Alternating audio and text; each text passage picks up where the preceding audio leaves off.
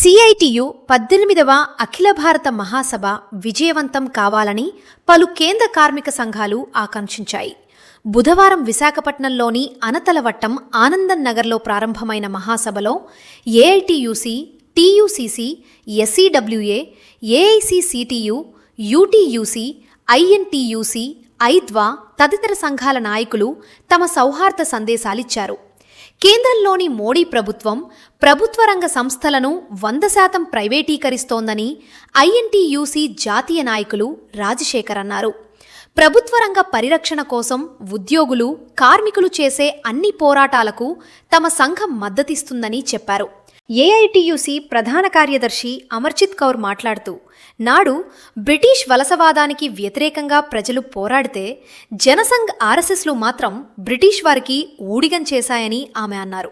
1955లో ప్రభుత్వ రంగంలోని సర్వీసులపై చర్చ జరిగినప్పుడు జనసంఘ్ వ్యతిరేకించిందని, నేరు మోడీ ప్రభుత్వం ప్రభుత్వ రంగ సంస్థలపై కత్తిగట్టిందని అమర్జిత్ కౌర్ విమర్శించారు. కార్మిక వ్యతిరేక విధానాలను తిప్పికొట్టేందుకు ఐక్య పోరాటాలే శరణ్యమని ఏఐటియుసి అఖిల భారత కార్యవర్గ సభ్యులు జైసేన్ మెహర్ అన్నారు. కార్మిక సంఘాల ఐక్యత మరింత బలపడాలని ఆయన కోరారు. మోడీ పాలనలో మంచి రోజులు కార్పొరేట్లకే తప్ప కార్మికులకు కాదని టియుసిసి కార్యవర్గ సభ్యుడు జి మధుసూదన్ అన్నారు. సైద్ధాంతికంగా, రాజకీయంగా భిన్నాభిప్రాయాలు ఉన్నప్పటికీ కార్మికుల హక్కుల సాధన కోసం సిఐటియు అఖిల భారత మహాసభ వేదిక అయిందని ఎస్సిడబ్ల్యుఏ ఉపాధ్యక్షురాలు సోనియా జార్జ్ అన్నారు. దేశంలో మతోన్మాద విధానాల అమలుతో క్లిష్ట పరిస్థితులు నెలకొన్నాయని, ఈ నేపథ్యంలో కార్మికుల సమస్యలపై కార్మిక సంఘాలు ఐక్యంగా పోరాడుతున్నాయని అన్నారు.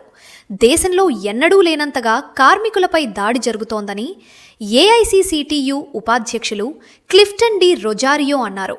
దేశంలో లేబర్ కోడ్లను అమలు చేసిన రోజును కార్మికులకు బ్లాక్ డేగా ఆయన అభివర్ణించారు.